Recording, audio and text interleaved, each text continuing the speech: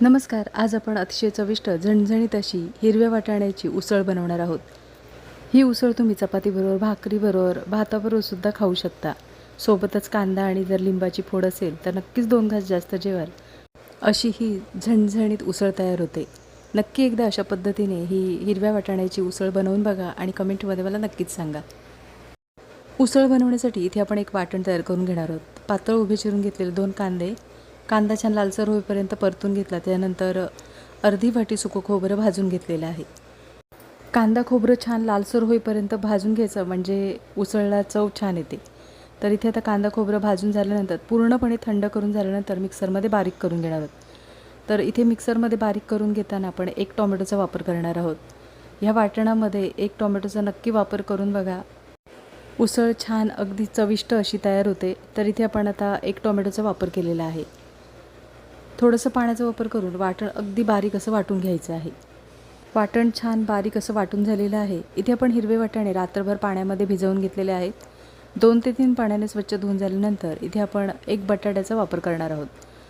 वाटाणे आणि बटाटा स्वच्छ धुवून झाल्यानंतर कुकरमध्ये फोडणीपुरतं तेल गरम करून घेणार आहोत. तेल छान गरम झाल्यानंतर पाव चमचा मोहरीचा वापर करणार आहोत. मोहरी तडतडल्यानंतर इथे आपण पाव चमचा जिऱ्याचा वापर केलेला आहे. 4 ते 5 कढीपत्त्याच्या पानांचा वापर करून गॅसची फ्लेम स्लो ठेवायची आहे. स्लो गॅसवर आपण इथे फोडणी छान खमंग तयार करून घेणार आहोत. फोडणी छान खमंग तयार करून झाल्यानंतर जे वाटण तयार करून घेतलेलं आहे ते वाटण फोडणीमध्ये परतून घेणार आहोत. एकाद मिनिटभर आपण हे वाटण छान परतून घेणार आहोत. 1 चमचा आलं लसूण पेस्टचा वापर करणार आहोत. आलं लसूण पेस्ट एकाद मिनिटभर आपण इथे आता परतून घेणार आहोत. आलं लसूण पेस्ट परतून झालेली आहे. इथे आपण आता पावडर मसाल्यांचा वापर करणार आहोत. पावडर मसाल्यामध्ये पाव चमचा हळद, 1 चमचा गरम मसाला, 2 चमचे घरगुती लाल तिखट. घरगुती लाल तिखट हे तुम्ही तुमच्या आवडीनुसार वापरू शकता. आणि 1 चमचा आपण इथे गोडा मसाल्याचा वापर करणार आहोत. गॅसची फ्लेम स्लो ठेवून इथे आपण पावडर मसाले परतून घेणार आहोत. साधारण तेल सुटेपर्यंत पावडर मसाले परतून घेणार आहोत. तर इथे आता पावडर मसाले परतून झालेले आहेत. 2 चिमूटभर आपण इथे हिंगाचा वापर करणार आहोत. हिंग आवडत असल्यास वापरू शकता, नसेल आवडत तर नाही वापर केला तरीसुद्धा चालेल. तर इथे आपण 2 चिमूटभर हिंगाचा वापर करणार आहोत. मसाल्यामध्ये व्यवस्थित असं हिंग परतून घेणार आहोत. हिंग परतून झाल्यानंतर भिजवून घेतलेले वाटाणे आहेत ते आपण 2 ते 3 पाण्याने स्वच्छ धुवून घेतलेले आहेत. इथे मी बटाट्याचा सुद्धा वापर केलेला आहे. इथे तुम्हाला बटाटा आवडत असल्यास वापरू शकता, नसेल आवडत तर नाही वापर केला तरीसुद्धा चालेल. बटाटा आणि हिरवा वाटाणा आहे तो मसाल्यामध्ये व्यवस्थित असं परतून घ्यायचा आहे. बटाटा आणि हिरवा वाटाणा परतून झालेला आहे. इथे आपण आता ज्या मिक्सरच्या भांड्यात वाटण तयार करून घेतलं त्याच मिक्सरच्या भांड्यात आपण पाण्याचा वापर करून मिक्सरचं भांडं धुवून घेतलेलं आहे.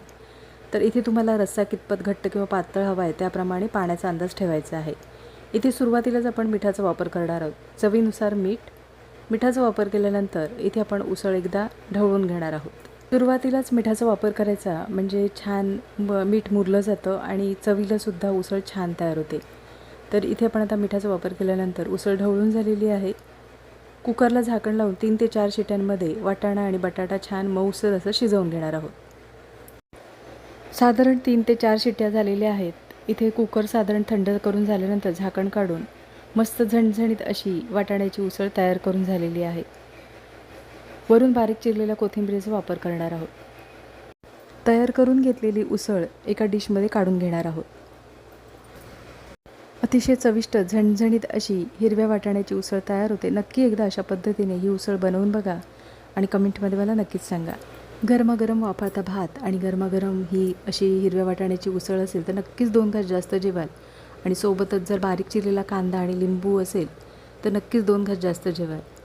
आजची रेसिपी आवडली असेल आणि चॅनलवर नवीन असला तर चॅनलला सबस्क्राईब करा आणि व्हिडिओ आवडला असेल तर लाईक शेअर करा. पुन्हा भेटू अशाच चमचमीत नवीन रेसिपीमध्ये.